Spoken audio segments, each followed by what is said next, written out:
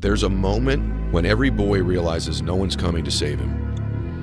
And that's when he becomes a man. And some boys never get there and stay children forever. This is kind of part of being a man. It's like, you kind of got to f*** it all up a little bit. I think so. I think part of learning is dying. I think part of learning is you got to die a little bit. Because what is learning? Learning is me giving up on my old shit, my old ideas. Those ideas have to die for me to be open to some new shit. And so me learning how to be a better man, I had to die a little bit. You're a man. You are a man. Stand up and be a man. Make the hard decisions, make the sacrifices, make the unpopular decisions, and become comfortable in your own skin. And if you are not a person that you are comfortable being alone with, that is the one person in this universe that you have full power, full right, and full responsibility to change.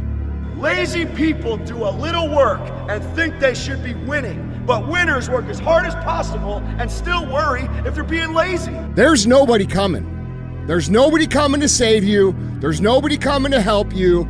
A knight in shining armor isn't going to ride in and save you. You are the only one that's going to be able to save you.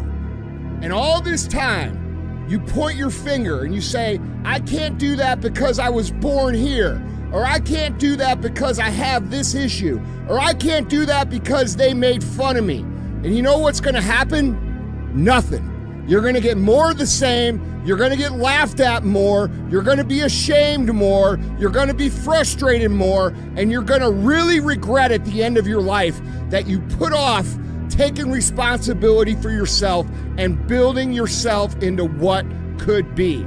And when we look around at the world and we look at all the problems and we look at all the chaos, we have to take responsibility for ourselves for creating it. You're not living the best life that you want to live. You're not the person you want to be. You're not the person that 8-year-old you wanted to be. And I bet you're not even taking steps to become that person, are you? And that's what's wrong with the world. That's what's wrong with this country. We have a bunch of people that want to point fingers and defer responsibility off to anything and everything except the one thing that can change their entire lives. And that's looking in the mirror and saying, F you, man. You did this to me. You made me this way, and I'm going to fix it. And I'm going to fix it by controlling all the things I can control. I'm going to control what I eat. I'm going to control what I drink. I'm going to control how I move. I'm going to control the information I put in my brain. I'm going to control how I treat people and who I surround myself with.